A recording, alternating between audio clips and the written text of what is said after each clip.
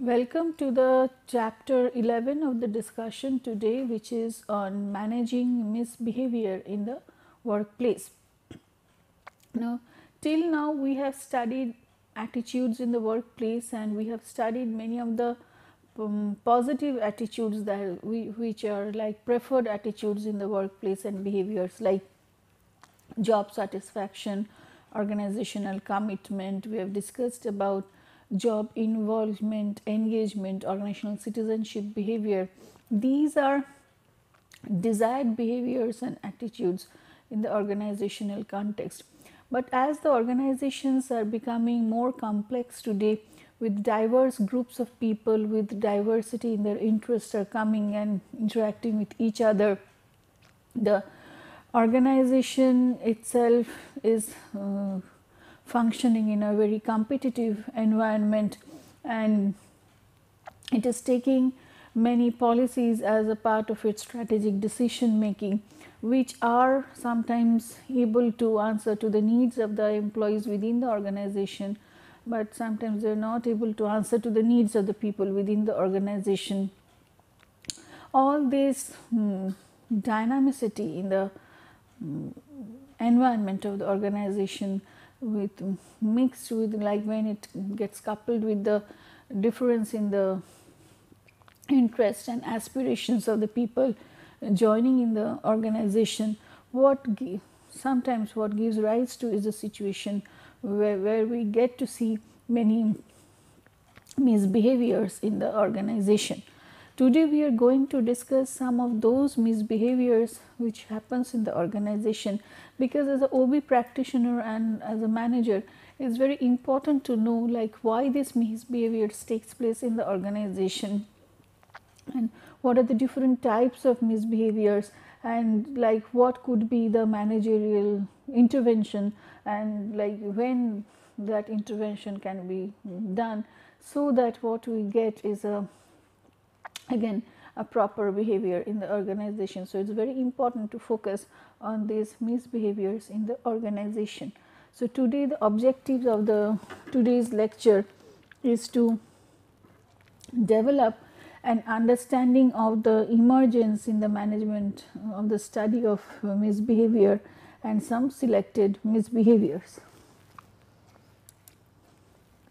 Now, when we are trying to define what is misbehavior, and in the context of OB, it is like it is said to involve, like you can see, any intentional act by the members of an organization, so that defies and violates shared organizational norms and expectations, and or the core values, societal values, mores and standards of proper conduct. So the when you're talking of misbehavior in the workplace, the word intention is very important. So it's something which people purposefully do, intentionally they do that behavior to violate or defy some set organizational rules and standards, and also set standards of good conduct and proper behavior as set by the societal norms and values and mores, etc. So this they may do for various, these intentions could be of various reasons, like bringing it could be like it could be like bringing harm to someone, or it could be purely to satisfy one's own need or the interest of the organization per se for which the employee is working. So intentions could vary, but it's an intentional act and which defies the set rules and norms. Sorry.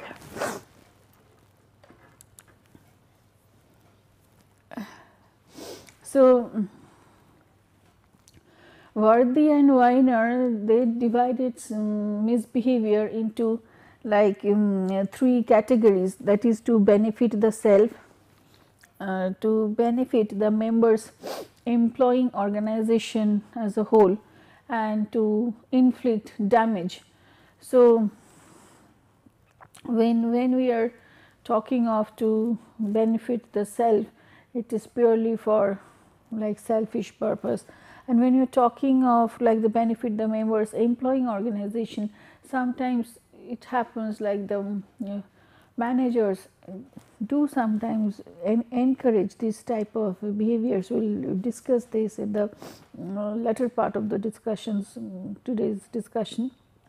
And sometimes it is inflicting damage, this inflicting damage could be to another person, could be to the group as a whole or as an organization as a whole. So, the target could vary, but the intentions are of this three nature. Ackroyd and Thompson in 1999, they defined misbehavior as in a very simple term as anything that you do in work which you are not supposed to do. But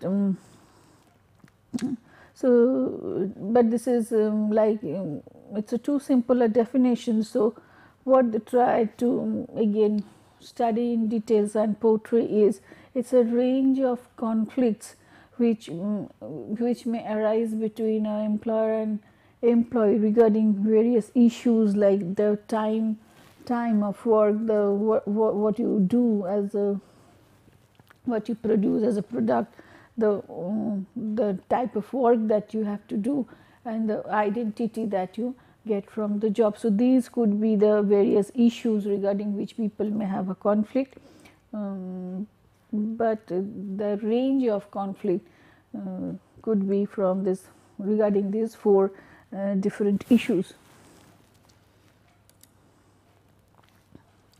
And the intensity of that conflict could be from commitment to hostility, where people try to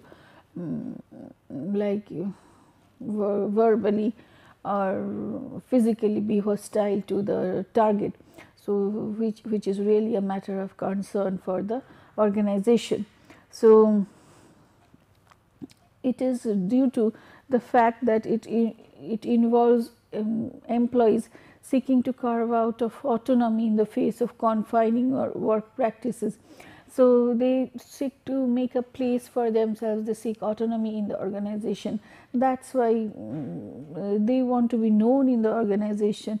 So, this misbehavior, this could arise from the need for seeking attention also. Like if you are not getting recognized otherwise, what you do if you misbehave in the organization, then you get noticed. So, this could be another way of seeking the attention also. So, reasons may vary, but it is for people want autonomy from the work behavior, they want attention, and that is why sometimes they do misbehave. For each of the misbehavior, then we have to find out the exact reason why a person is misbehaving in certain ways. So, excluded acts in this will include whistleblowing and serious organizational fraud. These are not within this range of what we call misbehavior as discussed by Thompson.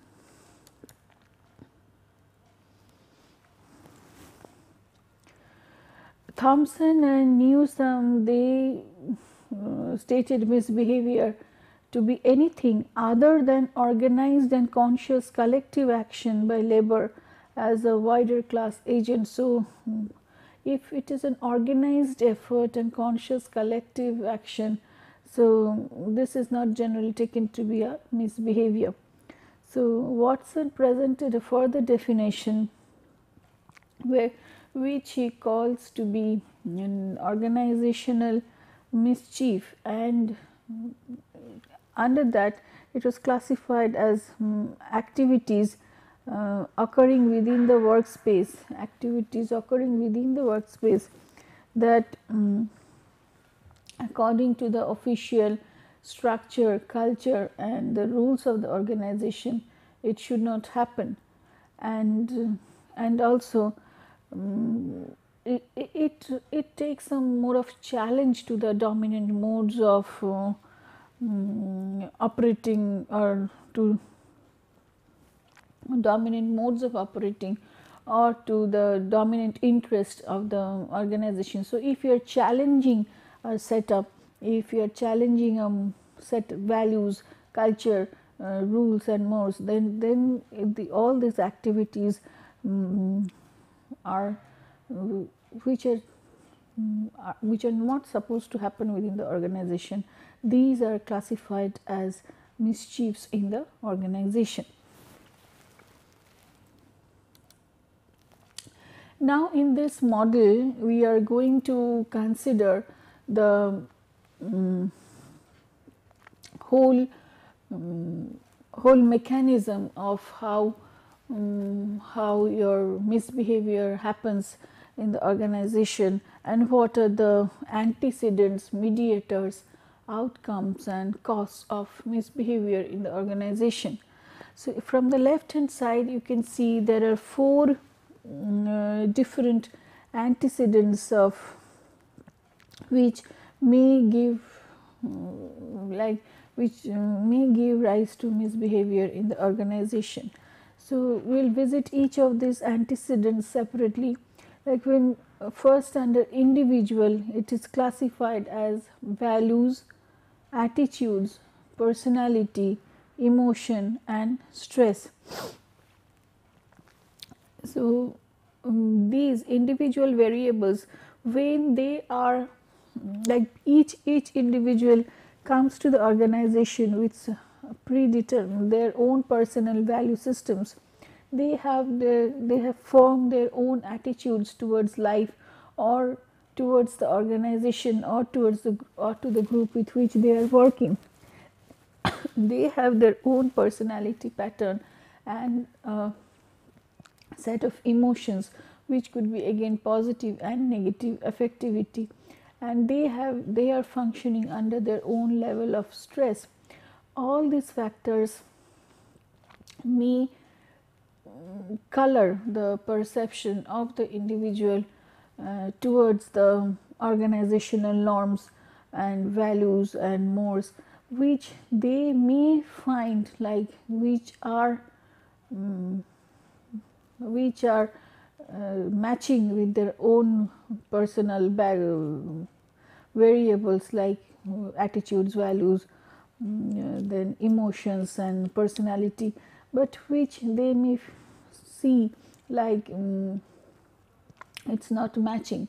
But again, all people who find this match or mismatch are not prone to misbehave. So, it again depends on the personality pattern of the individual. Like even if there is a mismatch, who are going to misbehave and who are maybe not going to misbehave, but remain within the organizational set norms and try to work in that. So, it depends on the personality pattern who is going to do what. Next, like when you are talking of the job variables, in the job, the task identity, task variety, task significance, the characteristics of the job itself gives some people autonomy for choosing the work process, or autonomy for decision making and knowing about the feedback. So, these we have already described in the job descriptive index JDI, and what happens, it gives rise to certain sort of person's identity with the job, whether they can identify with the job or not, whether they develop certain emotions to the job or not. So, based on all these factors, what comes along with it are emotions and stress. from performing that job, whether that job is described properly, whether role clarity is there or not. All these factors matter, whether people describe feel certain positive or negative emotions towards the job, and whether the job itself appears stressful to the individual or not. Next, we have certain organizational factors like the strategy of the organization, the goals that the organization has set for itself, the culture of the organization. So, the history of the organization, what are the systems that are in place to convert the strategy into action, and how much importance ethics is given in the organization. So, all this again will try to have an effect on the whether some misbehavior is happening in the organization or not, what are the how much strong the rules are in the organization, and what is the expectation of the organization to abide by the norms, strict norms set by the organization, or there is certain flexibility in the organization also. What policies does the organization takes, and what is the general practice of the organization to transform the strategy into its action. So whatever it's observed by the employees within the organization about the organization's own way of doing things will have a definite reflection on what the employee will decide to do, which path to follow in the organization. So these are the organization's own ethical concerns will definitely have a reflection on the employees choosing their own path for like positive behavior or misbehavior in the organization, based on what consequences are going to follow if they are misbehaving, or there is a tolerance mode in the organization for misbehavior. So that is going to definitely define the intensity of the misbehavior. Next, like when you're talking of groups again, norms, the way the group is developed, cohesiveness, leadership, all these will have an effect on the misbehaviors. Similarly, like the organization, whether the group norm is very strong or not, what are the outcomes of not following the group norms, then whether there is a good cohesiveness within the group, how the groups are getting formed, what is the leadership qualities, all these will determine whether there is a what is the force of the norm, what is the expectation of the group from the members within the group, and how strictly they should follow those norms or not. So these antecedents will give rise to certain normative forces within the organization, which are organizational pressures and expectations. Now, these normative force, along with the instrumental force, that is the individual's personal interest and belief, like if they are not matching with that normative force, or if it appears too much for the individual to take in the pressure and expectations from the organization, what happens is an intention to misbehave in the organization. And this intention to misbehave in the organization then leads to certain outcomes in the organization. These outcomes are in the form of different misbehaviors that happens in the organization, which are again at which again happens at different levels. Like first is the interpersonal misbehavior. So this is first starting with like sexual harassment, then violence, then discrimination and bullying. Next comes the intrapersonal misbehavior, which leads to like fraud and substance abuse. Third, we come to get certain misbehaviors which fall in the domain of performance misbehaviors. And performance misbehaviors are like cyber slacking, social loafing and absenteeism. Property misbehavior are theft, sabotage and espionage. Political misbehaviors are impression management and favoritism. We will discuss some of these misbehaviors in details, like in the lecture now, but we will try to discuss some of these misbehaviors in details. All these will lead to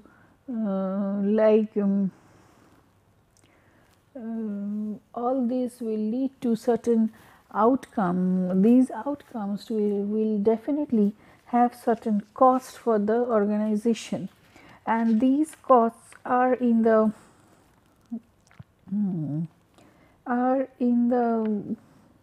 terms of like financial cost for the organization, like reduced productivity, lawsuits, loss of image and your social consequences like mental and physical injuries and job satisfaction.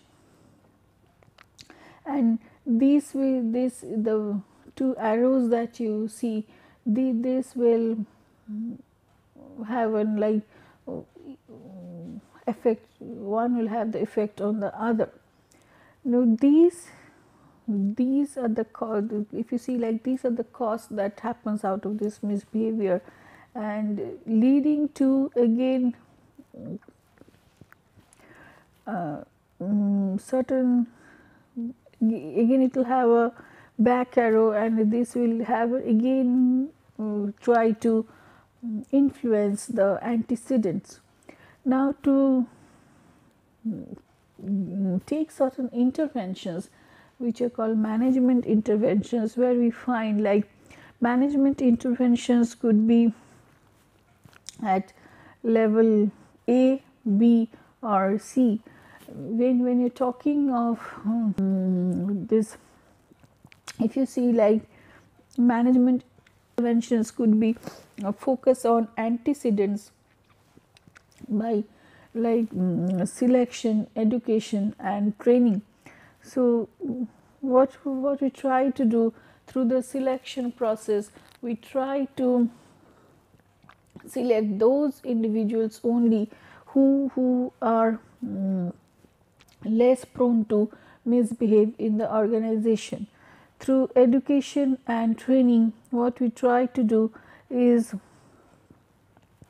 we try to make people understand the expectations from the organization and train them to live up to the expectations of the organizations, and the group and the job, and follow the norms. So these will act at the level of A and B. Now what happens, like if these actually acts as a preventive mode to face the misbehaviors in the organization. But if it already has happened, then the management intervention is to focus on the outcome, where we try to be we are in the reactive mode, where misbehavior has already happened, and we try to take certain corrective actions through certain exemplary decisions taken, which will tell people, okay, these if you do these type of behaviors, then this is what you face from the management. Now these could be like outcomes could be your suspensions, your employee assistance programs, could be termination, or sometimes if the organization supports it, it could be sanction also. So this works on the point C, where it tries to have an effect on the outcome. And again, the consequence that happens out of this social and financial consequences, that the cost that is faced by the organization and the employee per se, will again influence the interventions taken by the management. So that if we really want to prevent misbehavior in the organization, then we have to be very careful about the antecedents, and so that we do not let it happen at all, and check it at the first instance.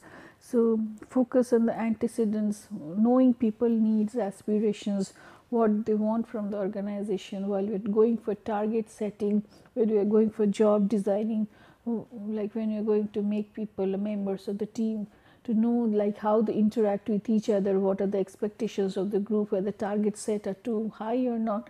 These are certain things that we need to focus on to prevent misbehavior from happening in the organization.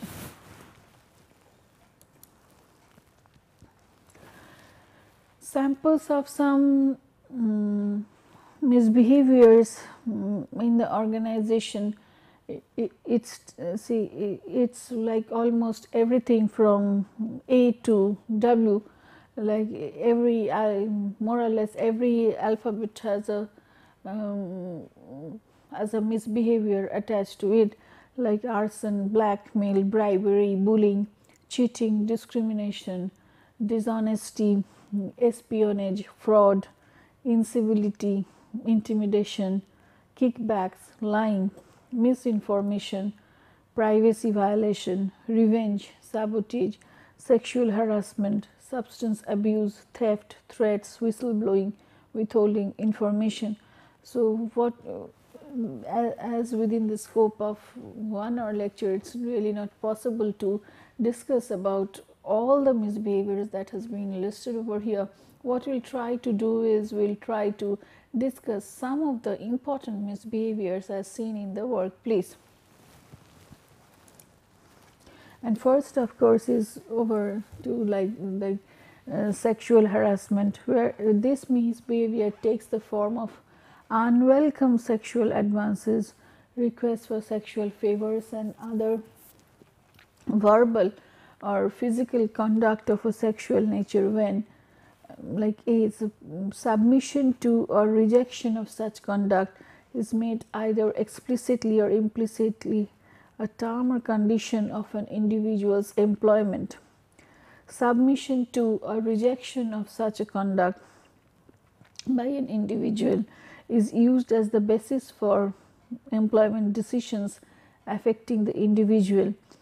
Or C, such conduct has the purpose or effect of unreasonably interfering with an individual's work performance or creating an intimidating, hostile or offensive work environment. So here the responsibility of the organization is to provide a platform for the woman to speak up about the harassment that they are facing in the organization, either from the colleagues or from the boss.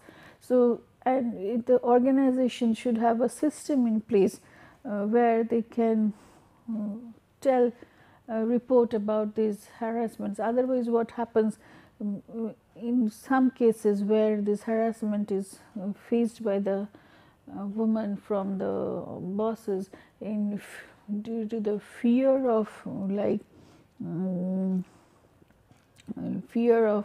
losing the job, and otherwise people do not report, or due to the fact like what others will think, feel about this. And because there is a very thin line of separation also, like when you're talking of workplace romance and also sexual harassment faced in the workplace. So judgment, decision making is like we have to be very clear in our decision making judgments, and you get given avenue for the woman to report about the if she faces any uncomfortable situation in the organization without any fear like this will be a threat to her. But again, it's a sometimes though the system is in place, we should also try to educate the lady, like whenever she faces the instance, maybe first instance should be reported, otherwise what happens, it may be like the whole situation may come up that because till now she was getting certain favors from the boss and which was a part of the maybe workplace romance, because intentions were not fulfilled, now she is reporting to be a case of sexual harassment.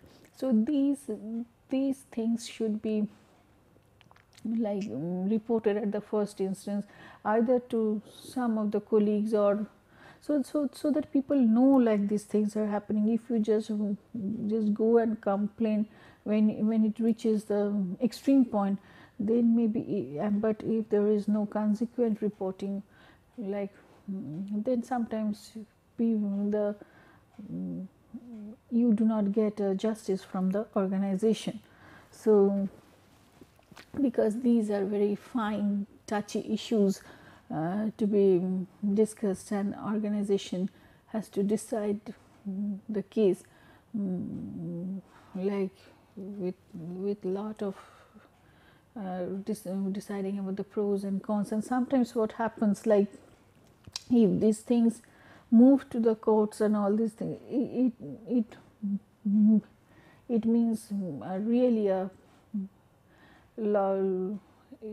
it really puts a black image on the black spot on the image of the organization, and also the career of the person who is being reported against. So people should be, it's actually should be a very responsible act on both the parties to see like these things doesn't happen in the organization, because it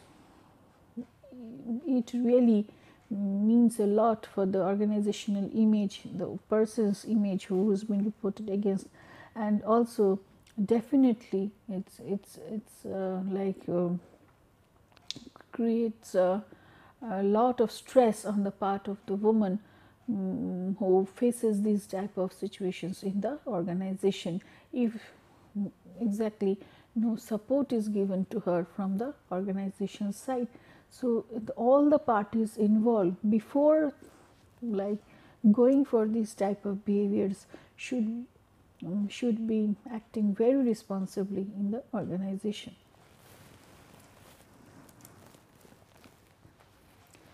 Aggression and violence. The word aggression is used to describe many forms of behavior. So aggression at work is the effort of an individual to inflict harm on others with whom the person has worked for or works for currently in the organization itself. The attempt to bring harm is of course intentional, and it leads to both psychological as well as physical injury. Now this harm, as discussed over here, like it's an intention to inflict harm on others.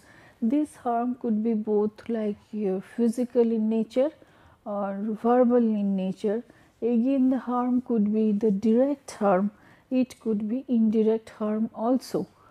Based on that classification, there is a broad classification of aggressive behaviors in the workplace. So, like these categorizations could be, as discussed, be along physical, verbal, active, passive, direct and indirect dimensions. So, physical attacks, as we all know, it could involve an attack with fist, pushing and slapping or a weapon. Verbal aggression is inflicted by words, gossip, etc. So, again, active aggression brings harm through a specific behavior, while passive aggression is accomplished through withholding certain types of desired behavior like praise, information, resources, etc. So, if you can see from here, this is a whole matrix drawn on the dimensions of aggressive behavior, like physical and verbal dimension, active passive dimension, direct and indirect dimension. So, aggressive behaviors which are physical, active and direct in nature are homicide, assault, sexual assault, like dirty looks, interrupting others, obscene gestures. Physical, active but indirect in nature are theft, sabotage, defacing property, consuming needed resources. Physical but passive in nature, but again direct, are intentional work slowdowns, refusing to provide needed resources, leaving the area when target enters, preventing target from expressing self. Physical, passive but again indirect in nature are showing up late for meetings, delaying work to make target look bad, failing to protect the target's welfare, causing others to delay action. When we are talking of verbal active in nature, which are again direct, like threats, yelling, sexual harassments, insults and sarcasm, flaunting status, unfair performance evaluation. And verbal active but indirect in nature are spreading rumors, whistleblowing, talking behind target's back, belittling opinions, attacking protege, transmitting damaging information. Verbal, passive in nature but again direct, are failing to return phone calls, giving target the silent treatment, damning with faint praise, refusing target's requests. Verbal, passive, which is indirect in nature, are failing to transmit information, failing to deny false rumors, failing to defend target, failing to warn of impending danger. So, what we find over here is either we show very actively and in direct ways our aggression towards others or towards the target in the workplace, or people take some indirect ways of expressing aggression, either by withholding certain information, withholding certain resources, or expressing aggression even to the target, even through others, by not letting them perform for the welfare of the target. So, it could be of various natures in the organization.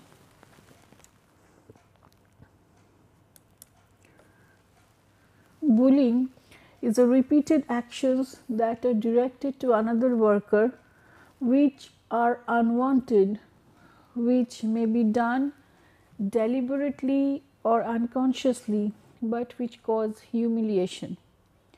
So, researchers have mainly found that many victims perceive envy as the reason for the hostility directed at them. They also have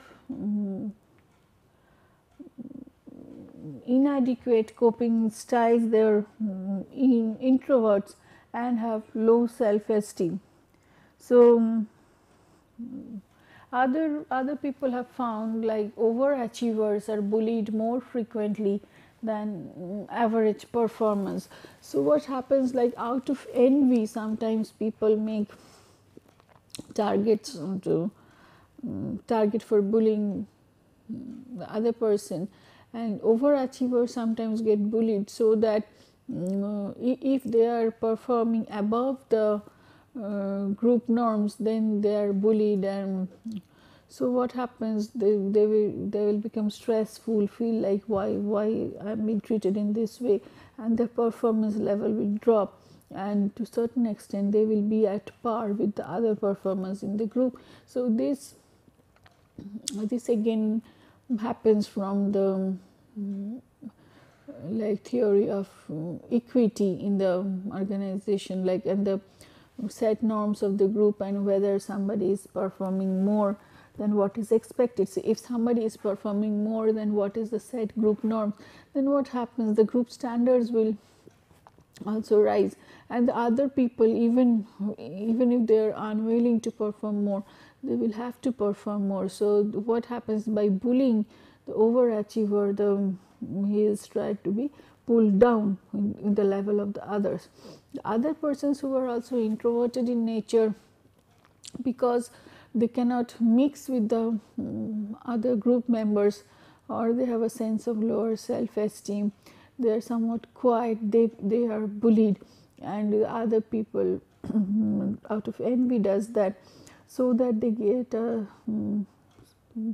some sort of satisfaction by mistreating this person who is not able to mix with others in the group.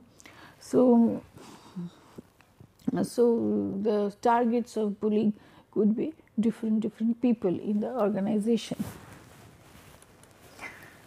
Workplace incivility.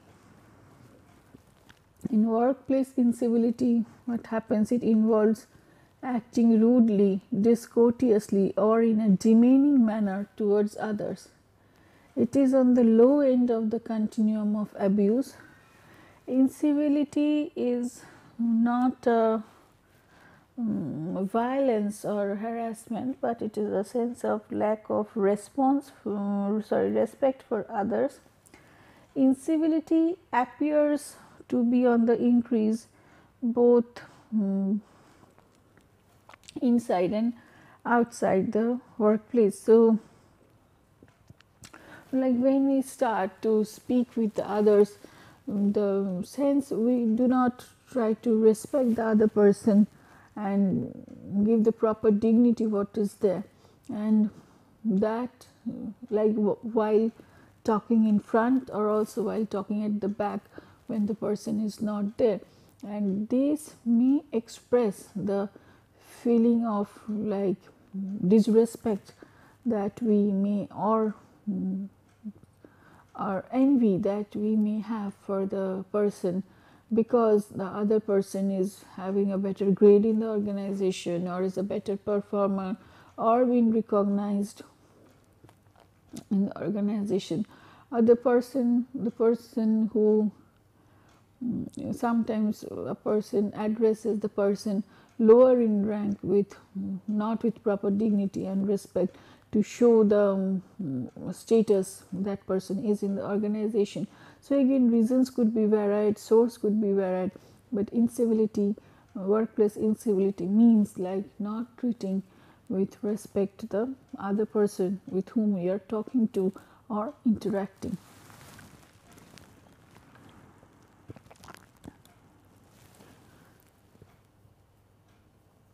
fraud is defined as the intentional act of deceiving or misrepresenting in order to induce another individual or group to give up something of value. So, fraud is a combination of motive and opportunity. So, the opportunity to commit fraud is typically through internal control systems. So,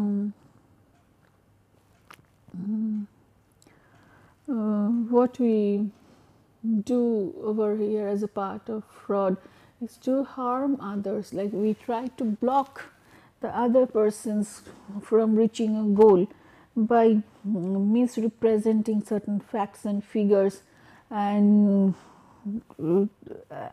by the act of deceiving which prevents the other person to reach the target or goal or fulfill his set targets in the organization, his or her set targets in the organization. So, again, the opportunity to commit fraud definitely depends on the organization's internal control system.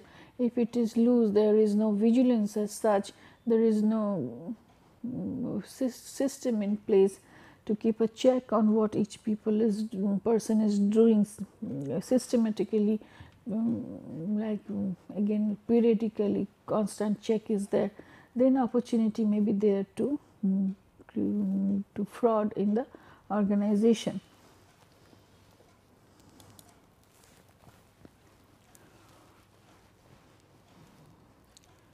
Substance abuse at work is leading to loss of productivity, premature and preventable health problems, increased workers' compensation claims, and behavioral problems. In substance abuse, what people do is become addicted to either drugs or alcohol, and these are the major two problems faced in the workplace, specifically alcoholism, which leads to loss of productivity and health problems and absenteeism, and organization has to take care mainly in this regards. So, sending people for rehabilitation and keeping a constant watch on them, counseling them, it really involves cost for the organization to take care of these problems of the workers in the workplace.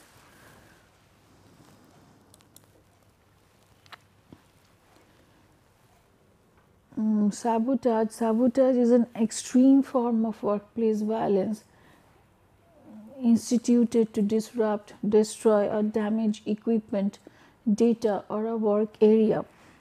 Employee sabotage can range from simple prank-like behaviors to vandalism to computer bombs. Angry covertly and overtly resort to sabotage to get even, to correct a perceived wrong, to take revenge or to make statement to others. So, this is a very extreme behavior which people have to be careful about, which really the organization has to be careful about, to see these types of behavior are not happening in the organization. And like sabotage in its extreme forms may be a very great loss to the group or to the organization per se, when it leads to like damaging equipments or data or data theft, etc., from the organization. So, three types of sabotage target exist, like people, equipment and operations.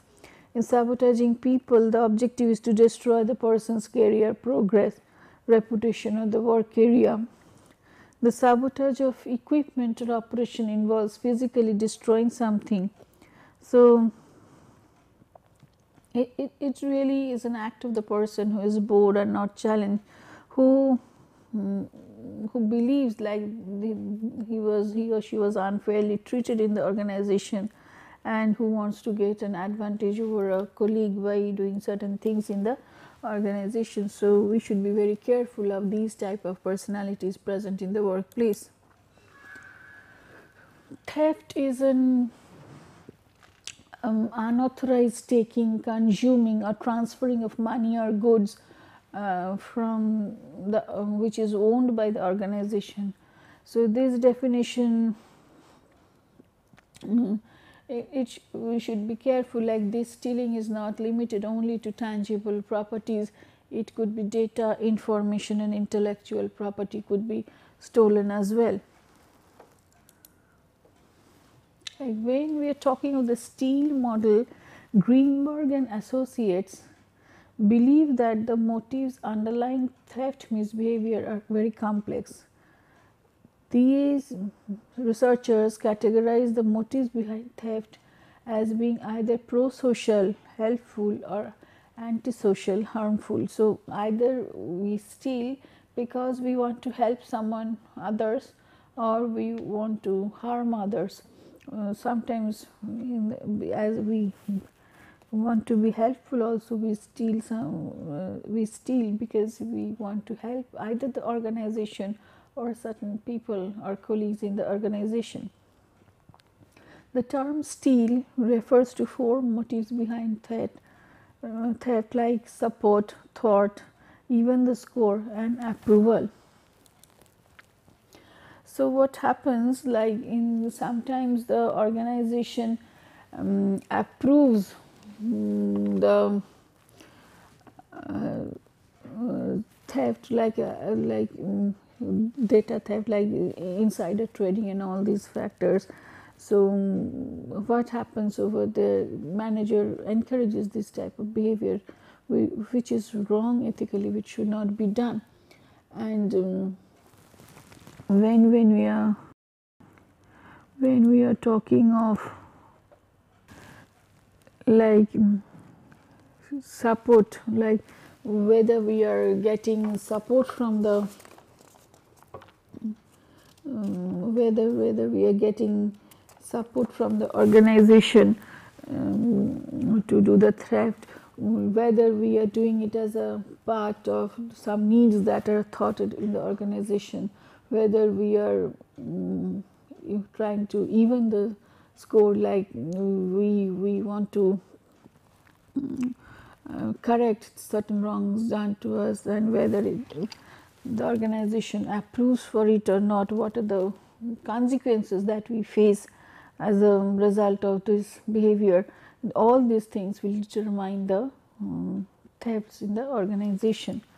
Based on this, so these were the discussions, like what are the different types of misbehaviors happening in the workplace, how it happens in the workplace, what are the antecedent consequences and outcomes and of misbehavior, like when you're talking of misbehavior, and how managerial intervention can help to prevent misbehaviors in the workplace.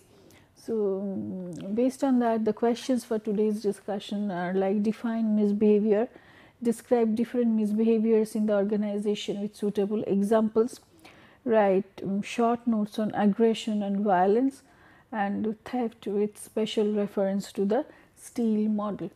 So thank you, and I hope like this discussion will help us to be aware of the different types of misbehaviors happening in the workplace, to know like who are prone to misbehave and what are the corrective actions to be taken by the managers in the workplace.